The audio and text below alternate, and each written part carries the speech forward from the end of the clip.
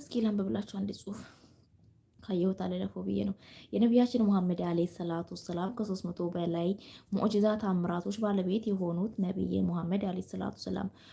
ነቢዩ ሙሐመድ አለይሂ ሰላቱ ሰላም ሙሐመድ ጨረቃ ለሁለት የተከፈለችለት ነቢይ ሙሐመድ ከጣቶቹ መሃል ውሃ የፈለቀለት ነቢይ ሙሐመድ የታላቁ ሙዕጂዛ የቁርአን ባለቤት የሆነው ነቢይ ሙሐመድ ወደሱ ግመል እያለቀሰ በመምጣት የበደሉን ስሞታ ያቀረበለት ነቢይ ሙሐመድ የደረቅ እንጨት በሱ ናፍቆት ያለቀሰለት ነቢይ ሙሐመድ አለይሂ ሰላቱ ሰላም ሙሐመድ ተኩላ የአላህ መልእክተኛ መሆኑን የመሰከረለት ነቢይ ሙሐመድ ዛፍ መሬት እየቀደደች ወደሱ በመምጣት መልእክተኝነቱን የመሰከረችለት ነቢይ ሙሐመድ አለይሂ ሰላቱ ሰላም በጦርነት ምክንያት የወጣችን